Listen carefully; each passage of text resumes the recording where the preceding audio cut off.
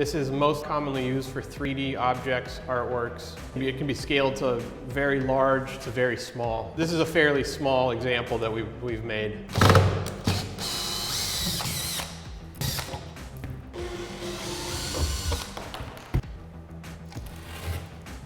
We'll take the back off.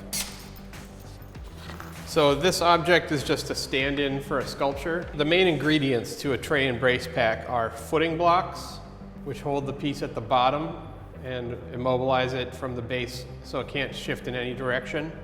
And then the braces themselves, and then often a pad cap. The braces are 2x4, and they're made to go into these yokes so they can be removed and placed back, and it's a repeatable process. You can repack the same piece multiple times without having to start from scratch every single time.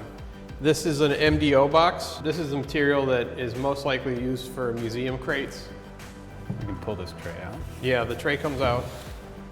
The components of the box, when it's empty, are essentially this has been pre-installed. So this brace wouldn't be here. This is ethafoam with masonite, so it makes a smooth surface for the tray to slide on. Once the piece is on the tray and the tray gets placed in the box, it's immobilized by these runners, and it's immobilized by the front and back lids. The footing blocks here are made of pine and MDO, and they have a material called cushionaire, which is a felt with adhesive. On the exterior of that is Tyvek, which is a non-abrasive, non-dusting, non-treated film. It's similar to a cloth or a paper. That gets wrapped on the exterior so that it makes a smooth surface, and then it's resting on another piece of cushionaire with Tyvek on that as well. When you are going to pack a piece of artwork, take the measurements to center the piece. Once it's centered, you figure out what it's going to be sitting on, whether that's Velara or cushionaire. It most likely won't be sitting directly on the tray. There's usually an interface. Once that's done, you install the interface material between the tray and the object. If the object is now centered, then the footing blocks get installed with screws, and those hold down the wood and the cushionaire in a manner that just cinches in the piece. Then the second step is placing the tray back into the box.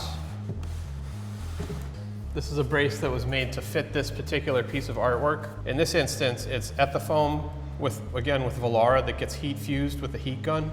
Phil constructed this one to fit this plinth exactly. The next step would be installing this brace into the box. So we'll show how to prepare your yoke for installation into the crate. You want to pre-drill holes because the pine has a tendency to split. What would you call these? I call them the wings of the yoke. Having the right depth screw to install is very important in the next step.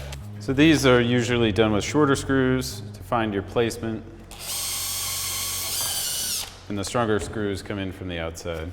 What we've already got is the base stabilized and the back stabilized. So this last brace will come in and hold the piece, and with the top pad will stop any movement in any direction. When installing a brace, you want to have it be parallel to the ground or perpendicular to the vertical walls. Sometimes the brace will have to be angled depending on the piece. The wafer heads that are on the outside of the 2x4 right here, these screws are that release the brace. So you have to put it in a manner that you're not going to be blocking the drill from accessing those screws.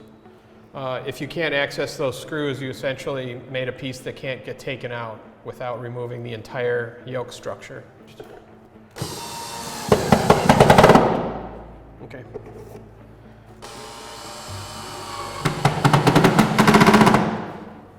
A lot of times it'll be tough to access the back of the yoke because of the piece. So we'll come from the outside of the box with a screw that's long enough that it will screw into the beefier part of the yoke. Yeah, so the shorter screws help you find the position, and these longer screws will give you strength for transit.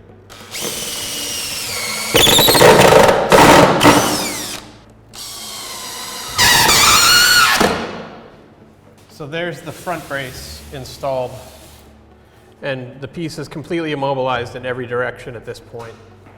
That would be a completed pack.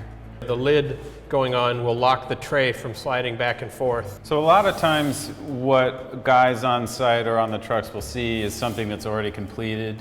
And maybe they just need to take it out for a client to look at or to be photographed or something. So we can show you how to unpack a piece that's already been packed. Since we're going to be using these wafer head screws and releasing the brace, and you only need to release it from one side.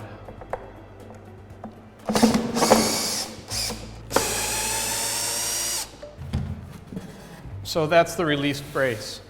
And then once that's out, the tray can be slid forward and the object can be removed safely. There you go.